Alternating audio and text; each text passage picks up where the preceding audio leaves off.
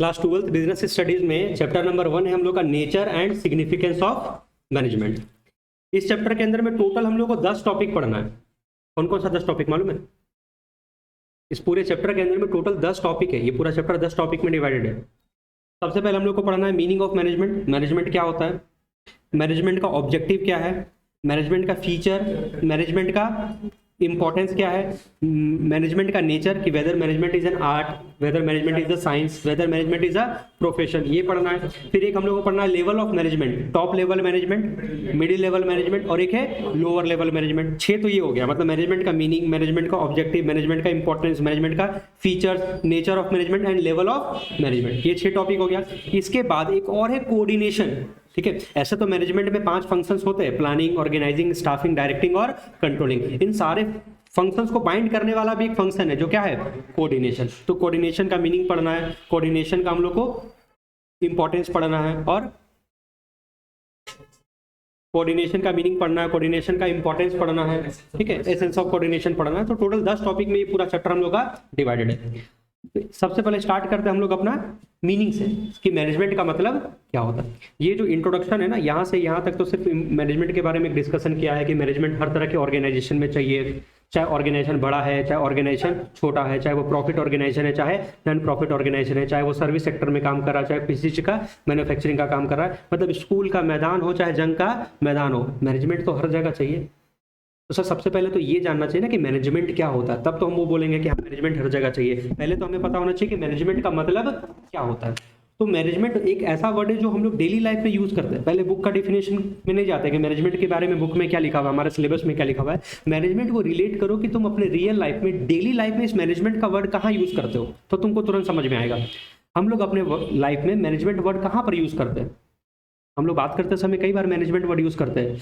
अगर स्कूल में तुम लोग को प्रॉपर फैसिलिटी नहीं मिलता है तो सीधे गाली देना चालू करते हो ना, स्कूल का मैनेजमेंट खराब है। यानी हमारे माइंड में पता है, देखा जाए तो एक मैनेजमेंट का क्या इमेज है। मैनेजमेंट का मतलब हमारे स्कूल में जो टॉप लेवल में जो लोग बैठे हुए हैं, डायरेक्टर है, चेयरमैन है, वाइस चेयरमैन, मीन्स हमारा इमेजिनेशन सिर्फ वहां तक पहुंच जाता है कि हमारा मैनेजमेंट खराब है। मतलब हम सिर्फ उन लोगों को गाली देना चाहते हैं, हमारा डायरेक्टर सही नहीं है, हमारा प्रिंसिपल सही नहीं है, हमारा वाइस प्रिंसिपल सही नहीं है, चेयरमैन सही नहीं है, हम लोग को फैसिलिटी बढ़िया नहीं मिलता है। लेकिन मैनेजमेंट का मतलब वो नहीं, मैनेजमेंट का मतलब हम लोग समझ रहे हैं कि मैनेजर्स लोग, जो लोग मैनेजमेंट में है, बट एक्चुअली में मैनेजमेंट तो एक एक्टिविटी है, मैनेजमेंट तो एक प्रोसेस है जहां मैनेजर्स को कई सारे फंक्शंस को परफॉर्म करना पड़ता है। या सिंपल लैंग्वेज में अगर बात करें मैनेजमेंट का, जो मैनेजर करता है उसी को मैनेजमेंट कहते हैं। जैसे हम बोलेंगे ड्राइविंग क्या होता है, व्हाट इज ड्राइविंग? जो ड्राइवर करता है, ड्राइवर कार चलाता है, उसको क्या कहते हैं, ड्राइविंग। उसी तरीके से मैनेजर का काम क्या होता है एक ऑर्गेनाइजेशन के अंदर में, अपने ऑर्गेनाइजेशन को मैनेज करना, अपने ऑर्गेनाइजेशन के रिसोर्सेज का ऑप्टिमम यूटिलाइजेशन करके अपने ऑर्गेनाइजेशन को मैक्सिमम प्रॉफिट अर्न करवाना। हर ऑर्गेनाइजेशन के अंदर में मैनेजर का मेन रोल यही होता है ना, वो मैनेजमेंट करता है। तुम इमेजिन करना चालू करो मैनेजर का क्या क्या होता है, बताओ तो। बड़े बड़े ऑर्गेनाइजेशन में मैनेजर क्या करता है, तुम अपने आप इस मैनेजमेंट का मतलब समझ जाओगे। मैनेजर का काम क्या करता होगा, तुम बैठ करके प्लानिंग करता है ऑर्गेनाइजेशन के लिए कि क्या करना है, कैसे करना है, ये प्लानिंग करता होगा। सारा रिसोर्स अरेंज करने का काम करता है, अपनी कंपनी के अंदर में एम्प्लॉयज़ का रिक्रूटमेंट करने का काम करता है, ये देखना कि सारा काम सही तरीके से हो रहा है कि नहीं। मतलब सारा बड़ा काम किसके हाथ में है, मैनेजर्स के हाथ में। तो जो मैनेजर करता है उसी को क्या कहते हैं, मैनेजमेंट। और तुमको इतना तो कॉमन सेंस है, तुम किसी भी ऑर्गेनाइजेशन का उठा करके एग्जांपल ले लो भैया, वहां पर मैनेजर का क्या काम है। मैनेजर का काम होता है प्लानिंग करना, मैनेजर का काम होता है सारे रिसोर्सेज को प्रॉपर तरीके से ऑर्गेनाइज करना। अगर कंपनी में एम्प्लॉयज़ का जरूरत है तो एम्प्लॉयज़ का सिलेक्शन करना, उसका रिक्रूटमेंट करना, फिर एम्प्लॉयज़ को डायरेक्ट करना कि ऐसे करके काम करना है। ठीक है, फिर प्रॉपर सब चीज़ों को कंट्रोल करना, कोऑर्डिनेशन बना करके रखना। तो इसी को तो मैनेजमेंट कहते हैं, मतलब किसी भी चीज़ को मैनेज करना, किसी भी चीज़ को मैनेज करना। जैसे आज इस कोरोना वाले सिचुएशन में हमारा गवर्नमेंट किस तरीके से सब कुछ चीज़ को क्या कर रहा है, मैनेज कर रहा है। कहीं पर ऑक्सीजन का प्रॉब्लम हो गया है तो कहीं पर बेड अवेलेबल नहीं, तो सोचो किस तरीके से सारी चीज़ों को क्या किया जा रहा है, मैनेज किया जा रहा है। वो भी मैनेजमेंट है। हमारी मम्मी भी सबसे बड़ा एग्जाम्पल है मैनेजमेंट का। पूरे घर को किस तरीके से मैनेज करके चल रही है। सुबह से लेकर के शाम तक मम्मी को कभी भी तुम खाली बैठे हुए नहीं देखोगे, कभी ये काम करना है, कभी वो काम करना है, कभी ये काम करना। जब हम लोग छोटे थे तो सोचो, इमेजिन करो हमारी मम्मी किस तरह से मैनेज करती। हम लोग को सुबह उठाती, नहलाती, खाना खिलाती, हम लोग के लिए टिफिन बनाती, हम लोग को बस स्टॉप में छोड़ करके आती, फिर घर आती, फिर सारा काम करती, कपड़ा धोती, सुखाती, फिर नाश्ता वगैरह बनाती, फिर दोपहर का टाइम होता हम लोग को बस स्टॉप में जाती, रिसीव करके घर लेकर के आती, फिर खाना। किस तरीके से मम्मी पूरे घर को क्या कर रही है, मैनेज कर रही है। 2 दिन के लिए तुम्हारी मम्मी अगर नानी घर चल जाए ना, तुम लोग घर का क्या करते हो, कबाड़ा बना करके रख दोगे, तब तुमको समझ में आएगा। अभी तुम्हारे घर में सारा चीज तुमको प्रॉपर तरीके से अरेंज दिखेगा।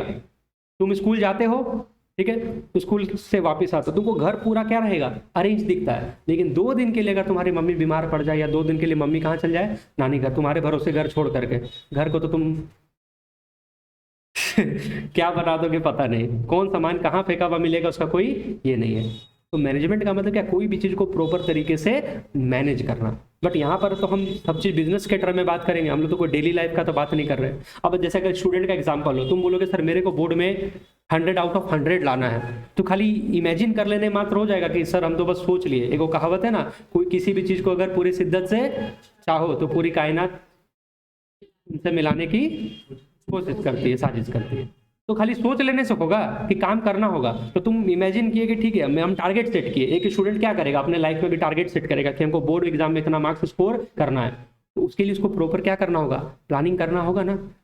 डेली सर ऐसे पढ़ेंगे, डेली 8 घंटा का शेड्यूल बनाएंगे, सर हमको 8 घंटा पढ़ना है, सर पहले ये पढ़ेंगे, फिर ये पढ़ेंगे, फिर ये पढ़ेंगे, सर यहाँ कोचिंग ज्वाइन करना है, सर इस बुक से हम लोग पढ़ेंगे, इस तरह से नोट्स बनाएंगे, इस तरह से प्रैक्टिस करें। मतलब कंप्लीट सारी चीज को क्या करना होगा, मैनेजमेंट। तुम किसी भी बच्चे का इंटरव्यू देखना जो टॉप करता है, तो यही ना आंसर उससे पूछा जाता है कि तुम टॉप कैसे किए, तुम सारी चीज़ों को कैसे मैनेज किए कि आज तुम टॉप कर पाए। तो वो बताएगा कि हम एक शेड्यूल फॉलो किए, हम अपना टाइम को प्रॉपर तरीके से क्या किए, मैनेज किए, तब ना जाकर के हम सक्सेस अचीव किए। यानी किसी भी फील्ड में अगर तुमको सक्सेस अचीव करना है, तो सक्सेस कभी चांस से अचीव नहीं होता है कि लक से सक्सेस मिल जाता है। सक्सेस के लिए क्या चाहिए, हार्डवर्क करना पड़ता है, प्रॉपर तरीके से सारी चीज़ों को क्या करना होता है, मैनेज करना होता है। आज अगर एप्पल कंपनी इतने ज़्यादा नाम पर है, सबसे ऊपर है हमारी एप्पल कंपनी है, फ़ोन के मामले में एप्पल कंपनी इतना ऊपर है, माइक्रोसॉफ्ट कंपनी, ये सब इतने ऊपर में कैसे है, ये ऑर्गेनाइजेशन इतना ज़्यादा सक्सेसफुल कैसे हो गया, उसके मैनेजमेंट के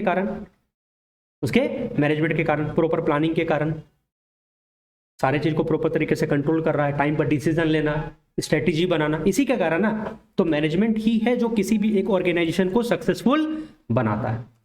माइंड क्लियर हुआ, मतलब किसी भी चीज को मैनेज करना, चाहे तुम अपने एक डेली लाइफ का एग्जांपल ले लो, चाहे तुम एक किसी बड़े से बड़े बिजनेस ऑर्गेनाइजेशन का एग्जांपल ले लो, मैनेजमेंट तो हर जगह चाहिए। ठीक है, अब आओ रीड करते हैं यहाँ पर क्या लिखा हुआ है। Successful organisation do not achieve their goals by chance. तुमको बुक का लाइन बाय लाइन रीड करना पड़ेगा। यूट्यूब में कई सारे ऐसे वीडियोस है जहां पर टीचर आते हैं, एक टॉपिक लिखते हैं, ज्ञान देकर के चल जाते हैं, बट क्वेश्चन तुम नहीं अटेम्प्ट कर पाओगे। मेरा बिजनेस स्टडीज में 98 मार्क्स है, मेरा बिजनेस स्टडीज में 98 मार्क्स है, तो 98 मार्क्स मेरा कैसे आया, अप्रोक्सीमेटली 100 के आसपास में। बुक का लाइन बाय लाइन तुमको गो थ्रू करना है, बिकॉज अब तुम्हारा जो बोर्ड एग्जाम में क्वेश्चन आएगा वो वैल्यू बेस्ड क्वेश्चन रहेगा। तो तुम जब बुक को थोरोली जब तक गो थ्रू नहीं करोगे, तुम क्वेश्चन अटेम्प्ट ही नहीं कर पाओगे। तुम पढ़ के चल गए फीचर्स ऑफ मैनेजमेंट 5 पॉइंट होता है, बट क्वेश्चन को तुम अटेम्प्ट कैसे करोगे, तुमको बुक का line by line go through करना पड़ेगा। अपना पढ़ने का जो तरीका क्या होगा, चेंज करना पड़ेगा। ठीक है, successful organisations do not achieve their goals by chance but by following a deliberate process called management. यानी ऑर्गेनाइजेशन अगर सक्सेसफुल है तो वो ऐसे ही किस्मत से नहीं, चांस से नहीं हो गया, उसके पीछे मैनेजमेंट का हाथ है। Management is essential for all organisation, हर ऑर्गेनाइजेशन के लिए एसेंशियल है, चाहे स्कूल का मैदान हो, चाहे जंग का मैदान हो, चाहे एक छोटा ऑर्गेनाइजेशन हो, चाहे बड़ा ऑर्गेनाइजेशन, मैनेजमेंट तो हर जगह चाहिए, चाहे बड़ा हो चाहे छोटा, प्रॉफिट हो चाहे नॉन प्रॉफिट, मतलब प्रॉफिट ऑर्गेनाइजेशन हो चाहे एक नॉन प्रॉफिट, मतलब एक एनजीओ चल रहा है तो एनजीओ को भी तो मैनेज करना है। मान लीजिए गुरुद्वारा है, तो गुरुद्वारा के अंदर भी सारे एक्टिविटी को प्रॉपर तरीके से मैनेज करना होगा कि नहीं करना होगा। ठीक है, सर्विस हो चाहे मैन्युफैक्चरिंग हो, मतलब कोई कंपनी प्रोडक्ट बना करके मार्केट में बेच रही है या कोई कंपनी सर्विस प्रोवाइड कर रही है। जैसे आज अगर हम तो तुम लोग को सर्विस दे रहे हैं, तो हम तुमको सर्विस दे रहे हैं, तो हमको भी प्रॉपर तरीके से सारे चीज़ को मैनेज करना है, कब क्या पढ़ाना है, क्या शेड्यूल फॉलो करना है, कोर्स को टाइम पर कंप्लीट करना है, तुम लोग का टेस्ट लेना है, सारा कुछ करना है। अगर मेरे बच्चे को हमको टॉप करवाना है, तुम्हारा ऑब्जेक्टिव है कि तुमको भी बोर्ड में अच्छा मार्क्स लाना, मेरा भी ऑब्जेक्टिव वही कि तुमको बोर्ड में अच्छा मार्क्स दिलाना है, तो हमको तुमको क्वालिटी एजुकेशन प्रोवाइड करना होगा, कोर्स को टाइम पर कंप्लीट करना होगा, टाइम पर टेस्ट लेना होगा, तुम्हारा इवेल्युएशन करना होगा, सब कुछ करना होगा।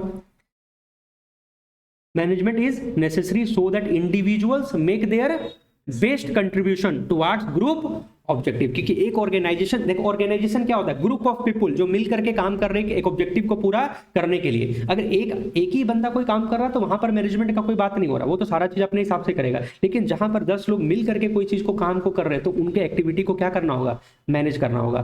तो एक ऑर्गेनाइजेशन के अंदर में कई सारा डिपार्टमेंट बटा होता है, प्रोडक्शन डिपार्टमेंट है, सेल्स डिपार्टमेंट है, परचेज डिपार्टमेंट है, फाइनेंस डिपार्टमेंट है, मार्केटिंग डिपार्टमेंट है। तो हर डिपार्टमेंट के अंदर में लोग काम कर रहे हैं, हर डिपार्टमेंट के अंदर में इंडिविजुअल्स काम कर रहे हैं, एम्प्लॉयज काम कर रहे हैं। तो हमको सारे एफर्ट को देखा जाए तो क्या करना है, एक तरह से यूनाइट करना है, टाइम टू टाइम सारे एम्प्लॉयज को मोटिवेट करके चलना है। मींस हमको क्या करना है, पूरे ऑर्गेनाइजेशन के अंदर में जितने भी इंडिविजुअल्स काम कर रहे हैं सबके एक्टिविटी को प्रॉपर तरीके से क्या करना है, मैनेज करके चलना है। बेस्ट यूटिलाइजेशन करना है अपने रिसोर्सेज का, ह्यूमन रिसोर्स का भी, और जो हमारे पास फिजिकल रिसोर्स है उसका, मटेरियल रिसोर्सेज का, मनी का, सबका प्रॉपर तरीके से यूटिलाइजेशन करके मैक्सिमम प्रॉफिट ऑर्गेनाइजेशन को अचीव करके दिलाना है। ठीक है। Manager take decision as to who will do what. वही बात है ना, हम जब तुमको क्या इमेजिन करवाए कि मैनेजमेंट क्या है, तो जो मैनेजर करता है वही मैनेजमेंट है। तो मैनेजर क्या करता है, manager take decision as to who will do. Manager देखा जाए तो खुद फिजिकल एक्टिविटी नहीं कर रहा है, वो जाकर के मशीन नहीं चला रहा है, वो क्या कर रहा है, प्लानिंग कर रहा है एक तरह से, कौन क्या करेगा, when they will do it, कब करेगा, and what resources they will use, और कौन से रिसोर्सेज का इस्तेमाल किया जाएगा। मतलब प्रॉपर तरीके से प्लानिंग करने का काम हो रहा है। Basic job of a manager is the effective and efficient utilisation of physical, financial and human resource to achieve organisation objective. तो बस यही तो समझ लो मैनेजमेंट क्या है। तुम किसी भी ऑर्गेनाइजेशन के अंदर में अगर तुम एज अ मैनेजर हो तो तुमको मैनेजमेंट करना है, मतलब कि तुमको उस ऑर्गेनाइजेशन के फिजिकल रिसोर्सेज, फाइनेंशियल रिसोर्सेज और ह्यूमन रिसोर्सेज का क्या करना है, इफेक्टिव एंड एफिशिएंट यूटिलाइजेशन करना है, ताकि तुम उस ऑर्गेनाइजेशन के ऑब्जेक्टिव को क्या कर सको, अचीव कर सको। समझ आ रहा है? क्योंकि हम लोग इकोनॉमिक्स के अंदर में भी पढ़ते हैं ना कि रिसोर्सेज आर लिमिटेड, तो हमको उसका क्या करना चाहिए, प्रॉपर यूटिलाइजेशन करना चाहिए। अगर कोई ऑर्गेनाइजेशन अपने रिसोर्सेज का बर्बादी करेगा तो उसका रिसोर्सेज अगर बर्बाद होगा तो अल्टीमेटली उसका जो कॉस्ट ऑफ प्रोडक्शन क्या होगा, ज्यादा होगा। वेस्टेज ज्यादा करेगा तो उसका कॉस्ट भागेगा, कॉस्ट ज्यादा होगा तो प्रॉफिट क्या होगा, कम। क्या वो मार्केट में सर्वाइव कर पाएगा, नहीं। क्या प्रॉफिट अर्न कर पाएगा, नहीं। तो हमारे ऑर्गेनाइजेशन का तो ऑब्जेक्टिव यही होता है, बिजनेस में प्रॉफिट अर्न करना, बिजनेस में सर्वाइव करना, फ्यूचर में क्या करना, ग्रोथ। भैया तुम्हारा तुम अपने रिसोर्सेज को प्रॉपर यूटिलाइजेशन ही नहीं करोगे तो कहां से तुम अपने ऑब्जेक्टिव को अचीव कर पाओगे। तो हमें अपने रिसोर्सेज का क्या करना है, इफेक्टिव एंड एफिशिएंट यूटिलाइजेशन। तो मैनेजर का तो काम यही है, ये देखना कि ऑर्गेनाइजेशन का रिसोर्सेज का प्रॉपर यूटिलाइजेशन हो रहा है कि नहीं, ताकि वो ऑब्जेक्टिव को अचीव कर सके। No matter what the organization is और what is goal might be, कोई भी ऑर्गेनाइजेशन हो, कैसा भी ऑर्गेनाइजेशन हो, हर ऑर्गेनाइजेशन का अपना गोल होगा। They all have something in common, that is management। यानी मैनेजमेंट हर जगह, कैसा भी ऑर्गेनाइजेशन है, प्रॉफिट है, नॉन प्रॉफिट है, स्मॉल है, बिग है, स्कूल है, हर जगह मैनेजमेंट क्या है, एक एसेंशियल एलिमेंट है, एक एसेंशियल रोल प्ले करता है उस ऑर्गेनाइजेशन के सक्सेस के पीछे। ठीक है। Management consist of a series of inter related function. अब आते हैं थोड़ा गहराई में। मैनेजमेंट में हमें कई सारे फंक्शंस परफॉर्म करना होता है और वो फंक्शन सब आपस में क्या है, इंटर रिलेटेड है। ठीक है। हम लोग को सबसे पहले क्या करना होता है, प्लानिंग करना होता है, फिर ऑर्गेनाइजिंग करना होता है, फिर स्टाफिंग करना होता है, फिर डायरेक्टिंग करना होता है और फिर कंट्रोलिंग। जैसे तुमसे कोई पूछेगा बताओ सर अकाउंटिंग का डेफिनेशन क्या है, तुम तो अब तो माहिर हो गए अकाउंटिंग के। Sir accounting is the process of recording, classifying, summarising, analysing, interpreting and communicating, ऐसा सुना दोगे। तो वही तो चीज मैनेजमेंट में भी, मैनेजमेंट भी क्या है, प्रोसेस है। उस प्रोसेस में सबसे पहले क्या करना होता है, प्लानिंग, फिर ऑर्गेनाइजिंग, फिर स्टाफिंग, फिर डायरेक्टिंग, उसके बाद क्या करना होता है, कंट्रोलिंग करना होता है। So management consists of a series of interrelated functions that are performed by all managers.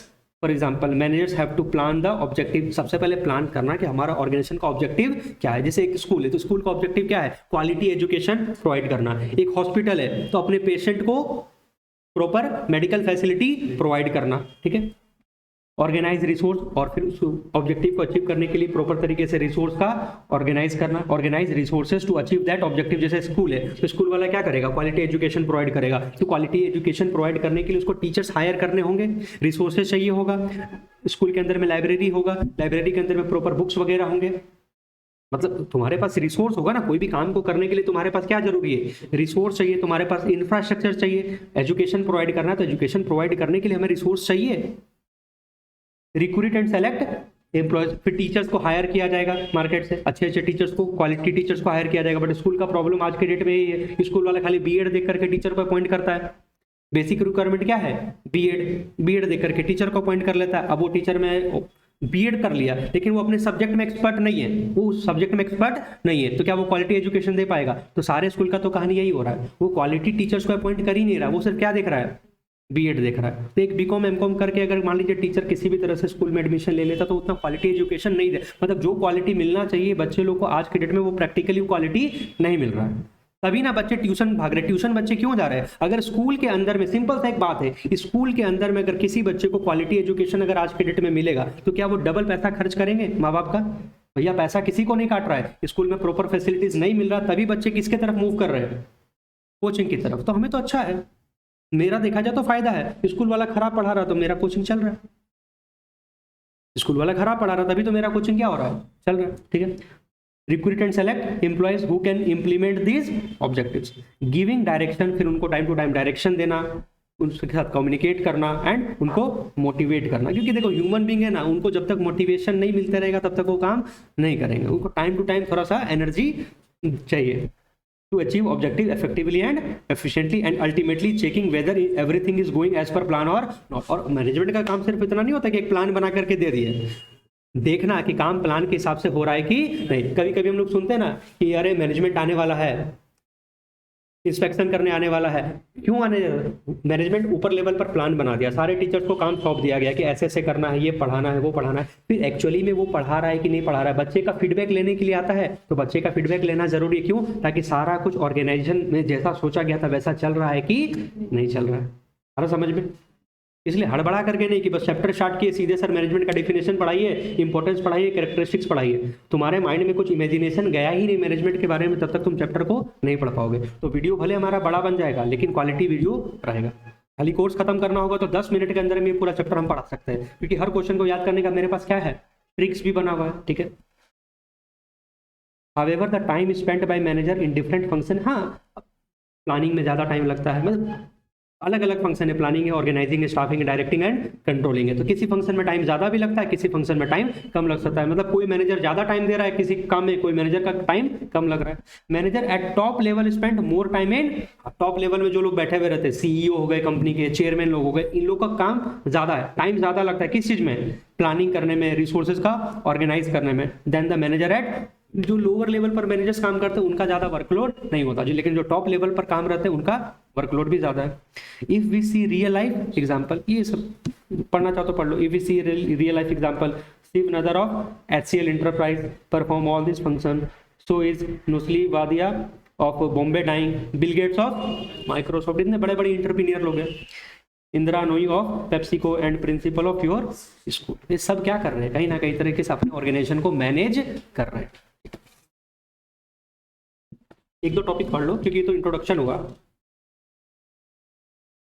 अब यहाँ से आते हैं हम लोग बुक इस लैंग्वेज में, है ना। एग्जाम में क्वेश्चन क्या आएगा? Sir what is management? तो हम लोग क्या लिखेंगे? According to modern concept, management is a process of getting things done with the aim of achieving goal effectively and efficiently. Means हमको अपने गोल को, हमारा जो भी ऑब्जेक्टिव है ऑर्गेनाइजेशन का, उस ऑर्गेनाइजेशन के ऑब्जेक्टिव को इफेक्टिवली और एफिशिएंटली पूरा करना है। तो जो जिस प्रोसेस से हम इस सब काम को करते हैं, अपने ऑर्गेनाइजेशन के गोल को अचीव करते हैं इफेक्टिवली और एफिशिएंटली, उसी को क्या कहते हैं? मैनेजमेंट। यानी मैनेजमेंट एक ऐसा प्रोसेस है जो हमारे ऑर्गेनाइजेशन को ऑब्जेक्टिव को इफेक्टिवली और एफिशिएंटली अचीव करने में क्या कर रहा है? हेल्प कर रहा है। ठीक है। अच्छा, अब इसमें तीन बात है इंपॉर्टेंट। एक तो सबसे पहले यहाँ पर वर्ड है प्रोसेस क्या होता है, दूसरा ये इफेक्टिवली का मतलब क्या होता है और एफिशिएंटली का मतलब क्या होता है। तो प्रोसेस का मतलब क्या होता है? मैनेजमेंट में कई सारे फंक्शंस हमको परफॉर्म करने होते हैं। प्रोसेस रेफर्स टू सीरीज और sequence of steps. Management is, यहाँ पे फुल स्टॉप होगा, management is a process because it perform series of functions to get the things done and these functions are planning, organising, staffing, directing and controlling. अभी detail में सबका मतलब नहीं जानना है, planning, organising, staffing, directing, controlling, because धीरे धीरे करके आगे चैप्टर है आपके बीएसटी में। Planning chapter number 4, organising chapter number 5, chapter number 6, chapter number 7 and chapter number 8। ये तो 5 चैप्टर है तुम लोग का, planning, organising, staffing, directing and controlling. तो ये सारे फंक्शंस को परफॉर्म करना ही किसका काम है? मैनेजमेंट का काम है। तो मैनेजमेंट क्या एक प्रोसेस है जहां पर उनको सीरीज बाय सीरीज चलना है। पहले प्लानिंग होगा, फिर ऑर्गेनाइजिंग होगा, फिर स्टाफिंग होगा, फिर डायरेक्टिंग होगा, फिर controlling.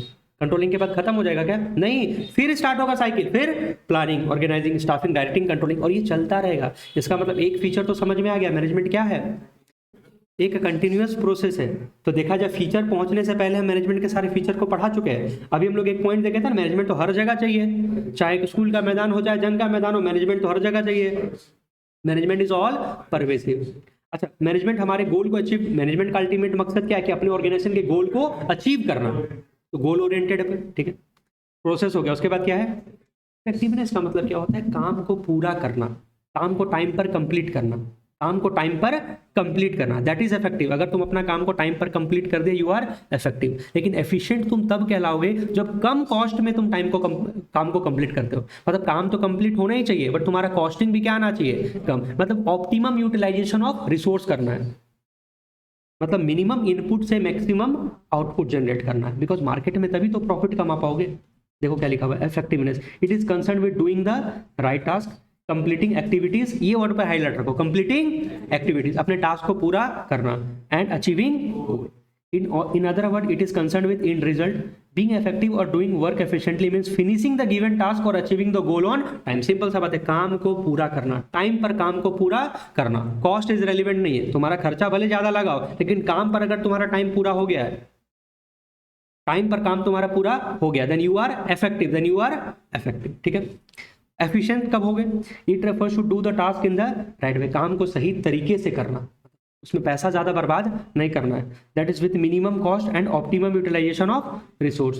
Efficiency involve cost benefit analysis, मतलब कि हम लोग कॉस्ट बेनिफिट एनालिसिस करेंगे ना, अगर हमको कोई काम करना है तो उस काम को करने में कितना हम लोग को बेनिफिट होने वाला है और कितना हमारा उसमें क्या लगने वाला है, कॉस्ट लगने वाला है, दोनों को क्या करेंगे, कंपेयर करेंगे। बिकॉज हम मिनिमम इनपुट से मैक्सिमम आउटपुट जनरेट करना चाहते हैं, तभी तो हमारा प्रॉफिट क्या होगा, मैक्सिमम। यानी कि हमको काम तो पूरा करना ही करना है, इफेक्टिव तो हमको रहना ही रहना है, बट हमको उस काम को कम से कम कॉस्टिंग में करना है, minimum utilisation of resources, minimum cost में मैक्सिमम आउटपुट चाहिए, that is optimum utilisation of resource. यहां पर कंपेयर करो, ये क्वेश्चन एग्जाम में आ सकता है, difference between effectiveness and efficiency, ठीक है।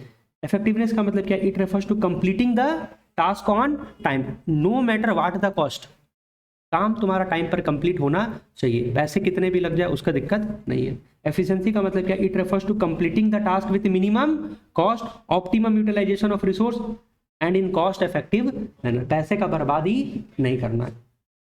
इसका ऑब्जेक्टिव क्या है? इन रिजल्ट को अचीव करना, मतलब मेरा काम पूरा होने से मतलब है। लेकिन एफिशिएंसी क्या बोलता है? नहीं भैया, कॉस्ट बेनिफिट एनालिसिस करो, तुम कोई काम को कर रहे हो तो उसमें कितना इनपुट यूज हो रहा है और कितना तुम आउटपुट मिलने वाला, उसको कंपेयर करके चलो, तुम्हारा कॉस्टिंग कितना पड़ रहा है और तुमको उससे कितना प्रॉफिट होने वाला है। इफेक्टिवनेस का मतलब क्या? Doing the right task. इसका मतलब क्या? डूइंग द टास्क इन अ, इसको जरूर से याद कर लेना, difference between effectiveness and efficiency. इसको रीड कर लेना यहाँ से, अगर रीड करना चाहो तो ये सबको इग्नोर कर सकते हो। देखो, जो चीज हम काम का नहीं है, जहां से कोई पढ़ करके कोई फायदा नहीं वाला, उसको इग्नोर कर सकते हो, ठीक है। अब आओ एमसीक्यू एंड केस स्टडी। अब देखो, बुक से हम लोग लाइन बाय लाइन पढ़े ना, अब इसका फायदा देखना, तुम सारे ऑब्जेक्टिव क्वेश्चन को अटेम्प्ट कर पाओगे।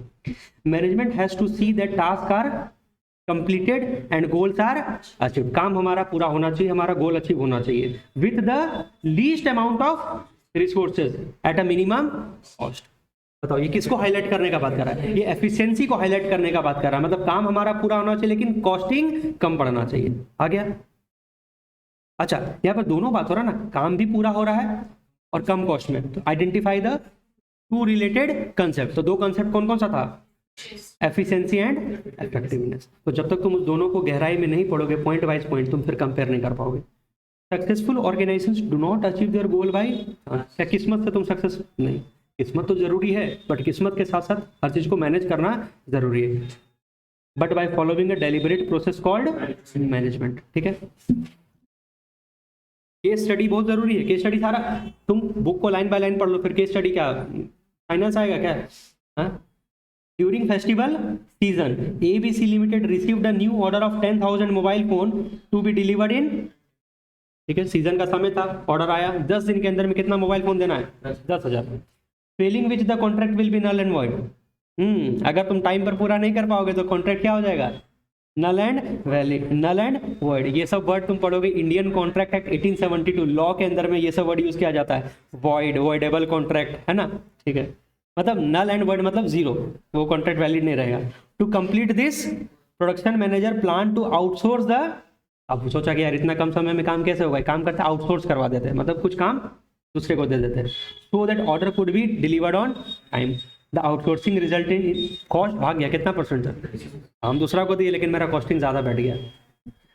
Do you think the production manager perform duties effectively and efficiently? Effectively है, काम पूरा कर दिया, 10 दिन में डिलीवरी देना था, डिलीवरी दे रहा है, काम तो कर रहा है, लेकिन उसका कॉस्टिंग ज्यादा हो गया तो वो एफिशिएंट नहीं है। Give any 2 point of difference between, अब आ गया ना, इफेक्टिवनेस और एफिशिएंसी में 2 पॉइंट बताओ, जल्दी से बोलो, वीडियो में याद कर लेना आंसर। इफेक्टिव और एफिशिएंसी के बीच में 2 पॉइंट।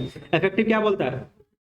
इफेक्टिव को इन रिजल्ट से मतलब है, यहां पर कॉस्ट बेनिफिट एनालिसिस करना पड़ता है। इफेक्टिवनेस का मतलब क्या है? कंप्लीटिंग द टास्क, टास्क को कंप्लीट करना, और यहां पर क्या है? टास्क को कंप्लीट करना सही तरीके से, मतलब कि मिनिमम कॉस्ट में, ठीक है।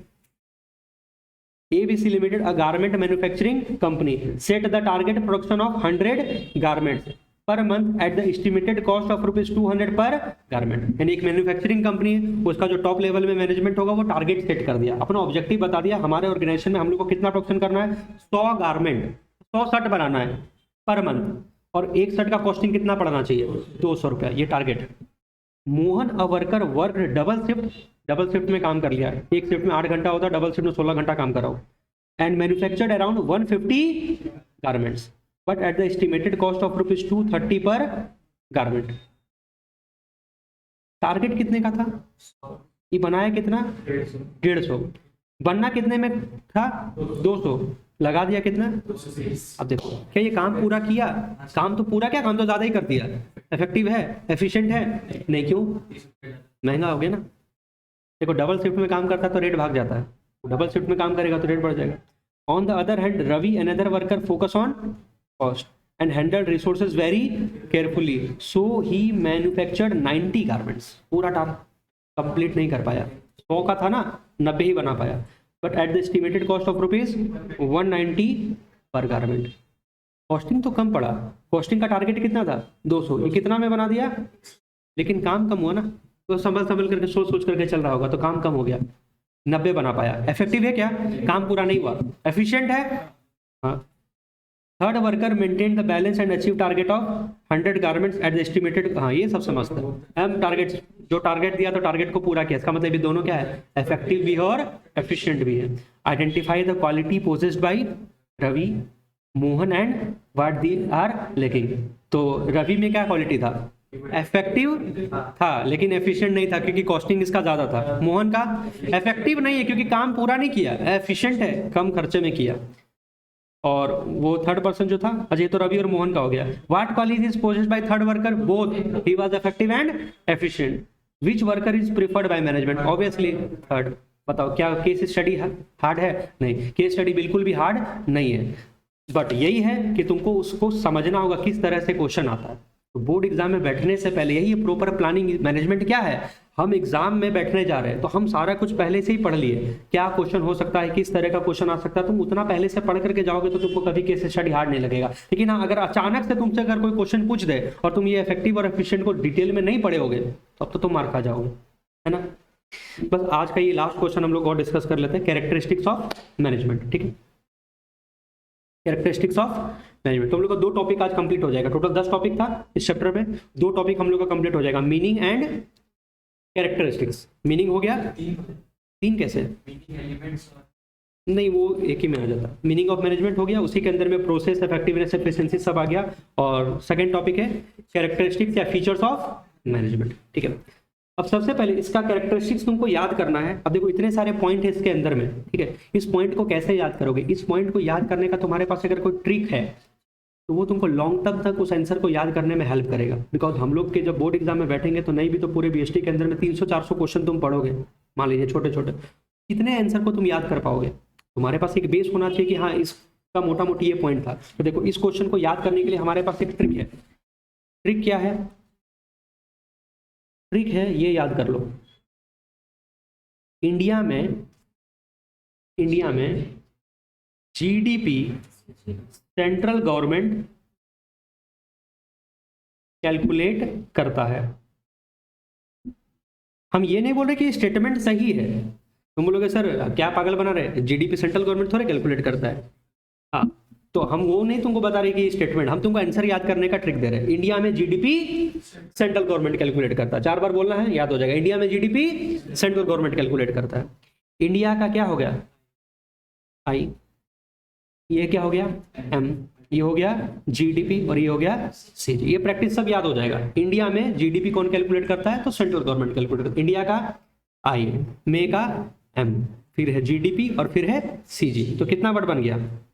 I, M, G, D, P and C G. हो गया इतना। अब बस तुमको फिल इन द ब्लैंक्स करना है। इंटेंजिबल, चलो इसको हम क्या करते हैं ना, यहाँ से एक्सप्लेन भी कर देते हैं, फिर बुक को रीड करने का जरूरत नहीं होगा। मैनेजमेंट क्या है? एक इंटेंजिबल है। मैनेजमेंट को क्या माना जाता है? एक इंटेंजिबल है। ठीक है, इंटेंजिबल का मतलब क्या होता है? वो चीज जिसको तुम देख नहीं सकते। देखो तुम लोग के पास कोई भी बुक होगा, कोई भी पब्लिकेशन का एक्सप्लेनेशन अंदर से रीड कर लेना। हम सारे बुक को मिला करके तुमको आंसर समझा रहे हैं, तुम्हारा सब बुक का आंसर मैच कर जाएगा उसके अंदर में। मैनेजमेंट क्या है? इंटेंजिबल। इंटेंजिबल क्या होता है? जिसको तुम देख नहीं सकते हो, जिसको तुम देख नहीं सकते हो। बोलो नहीं, पूरा हमारा पूरा संसार कैसे चल रहा है, पूरा वर्ल्ड कैसे मैनेज हो रहा है, कौन है जो हम लोग को मैनेज कर रहा है। तुम अगर एक स्टेट का बात करोगे तो स्टेट को चलो एक सीए मैनेज कर रहा है, पूरे कंट्री को अपने पूरे इंडिया को मान लीजिए सेंट्रल गवर्नमेंट मैनेज कर रहा है। ये पूरे संसार को कौन मैनेज कर रहा है? एक अदृश्य शक्ति है जो मैनेज कर रहा है। सब कुछ सही तरीके से चल रहा है। जब बरसात होना है तो बरसात हो जाता है, जब गर्मी का सीजन आना है गर्मी का आ जाता है, जब जैसा जरूरत है वैसा हो जाता है। तो इस पूरे वर्ल्ड को कैसे कौन कौन है वो दिख रहा है क्या? बट सब कुछ तो चल रहा है। तुम उतना तो सोचो, तुम्हारे अंदर में, हमारे माइंड में दो होता है ना, सबकॉन्शियस माइंड और कॉन्शियस माइंड। ये सब पढ़े होगे, यूट्यूब में देखते होगे। तो जो हमारा सबकॉन्शियस माइंड है उसका काम क्या होता है? तुम्हारे अंदर की जितने भी एक्टिविटीज हो रहे हैं, सांस लेना, दिल धड़कना, ये सारा एक्टिविटीज को तुम कंट्रोल कर रहे हो क्या? ये ऑटोमेटिकली कंट्रोल हो रहा है। यानी कि आज तुम अगर जिंदा भी हो, तुम यहाँ बैठे हो, तो वो किसके बदौलत बैठे हो? मैनेजमेंट की वजह से। तुम्हारे अंदर का सारा प्रोसेस कोई ना कोई है जो मैनेज कर रहा है। मतलब तुम आज अगर स्वस्थ हो, फिट हो, तबीयत खराब नहीं है, यानी सारा फंक्शन सही तरीके से काम कर रहा है, प्रॉपर तरीके से हमारा अंदर का सारा फंक्शन को मैनेज किया जा रहा है। यानी मैनेजमेंट को तुम फील कर सकते हो। यानी कि तुम्हारा अगर बॉडी फिट है, तुम हेल्दी हो, तो तुम कह सकते हो मेरे अंदर का सारा प्रोसेस सही तरीके से मैनेज हो रहा है। तो मैनेजमेंट इंटेंजिबल है, जिसको तुम देख नहीं सकते हो बट तुम उसको फील कर सकते हो। अब कोई बच्चा बार बार रोज रोज बीमार पड़ जाता है, तुम बोले इसका मैनेजमेंट सही नहीं है, इसका खाना पीना ठीक नहीं है, फास्ट फूड खाता है इसलिए तबीयत खराब हो जाता है। यानी कहीं ना कहीं मैनेजमेंट ही तो हो रहा है, हर जगह क्या है? मैनेजमेंट इन्वॉल्व है।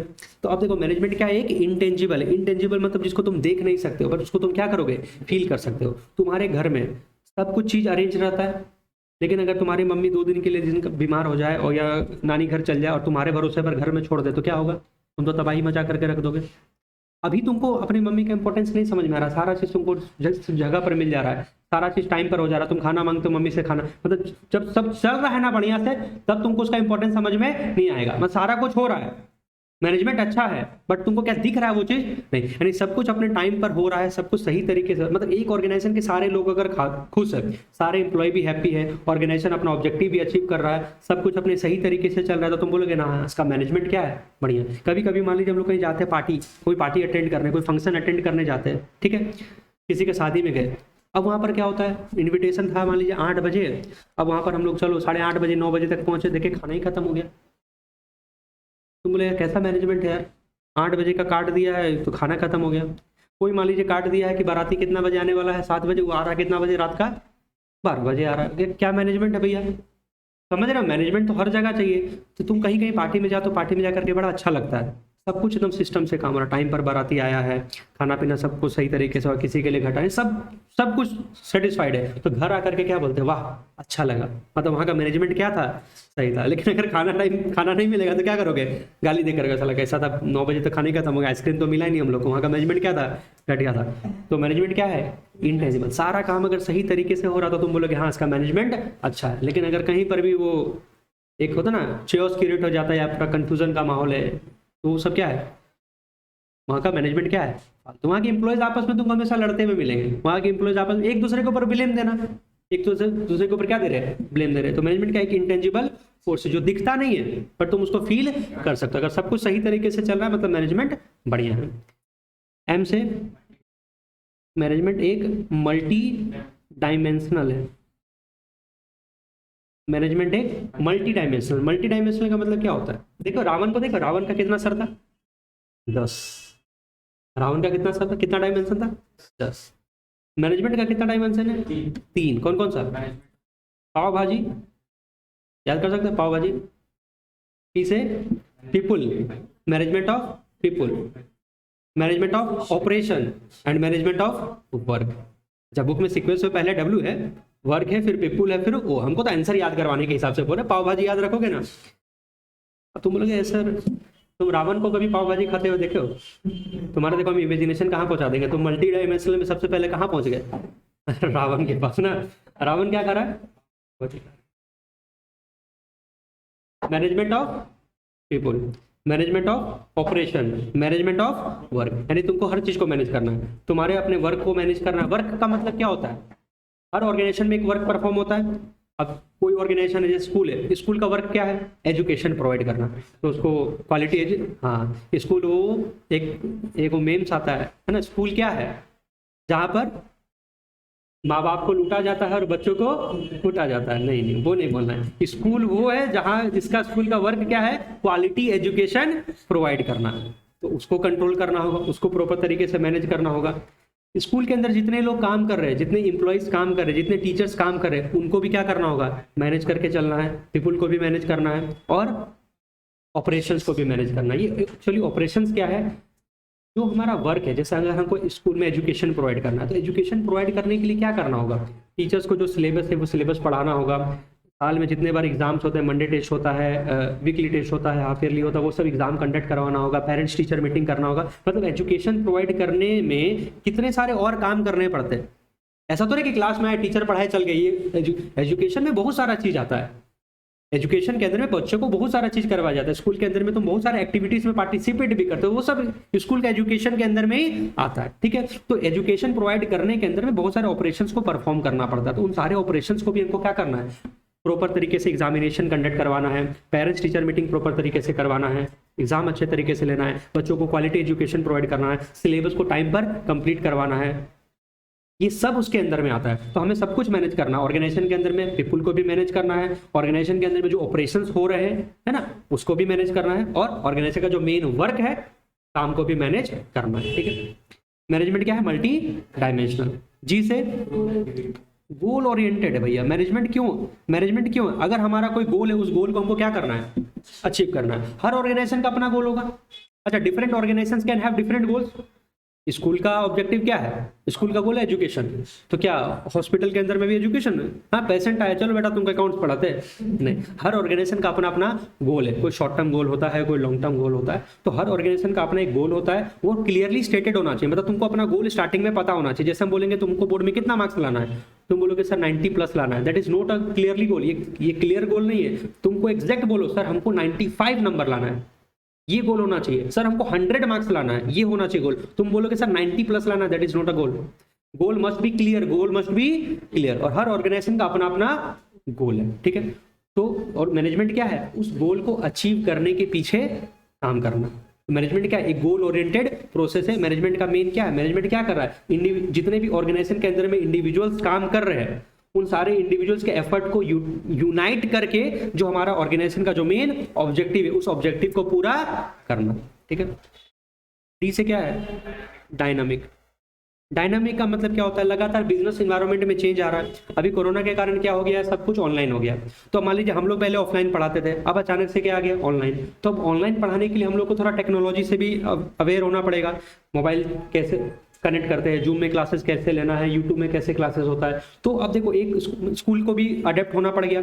यानी कि अगर सिचुएशन चेंज हो रहा है, बिजनेस के एनवायरनमेंट में चेंज आ रहा है, तो अपने आप को भी तुमको चेंज करना पड़ेगा, नहीं तो मार्केट में सर्वाइव नहीं कर पाओगे। कई सारे टीचर्स इस कोरोना के कारण सर्वाइव नहीं कर पाए। क्यों? क्योंकि वो अपने आप को चेंज नहीं कर पाए। स्टार्टिंग में हमको भी हेजिटेशन हुआ, पिछले साल हमको भी प्रॉब्लम हुआ ऑनलाइन आने में, हम भी फेस नहीं कर पाए, कैमरा फेस नहीं कर पाए। बट हाँ, अगर हम सर्वाइव करना चाहते हैं तो हमको कहीं ना कहीं अब अपने आप को किस में कन्वर्ट करना पड़ेगा?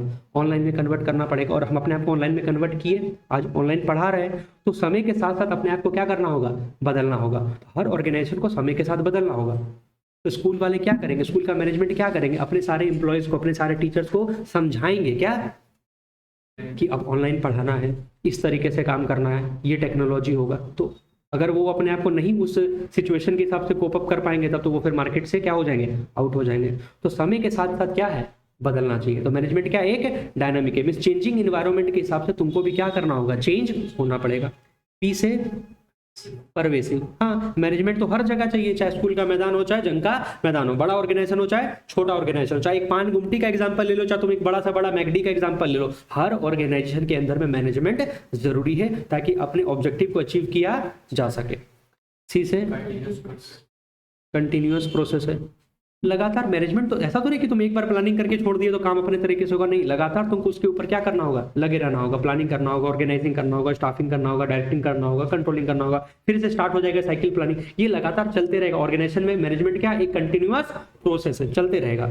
और लास्ट में क्या है, मैनेजमेंट क्या, एक तरह से ग्रुप एक्टिविटी। क्या मैनेजमेंट एक अकेले बंदे का काम है क्या, एक अकेला बंदा पूरा ऑर्गेनाइजेशन को मैनेज करता है, नहीं, वो अपने काम को क्या करता है, डिवाइड कर देता है।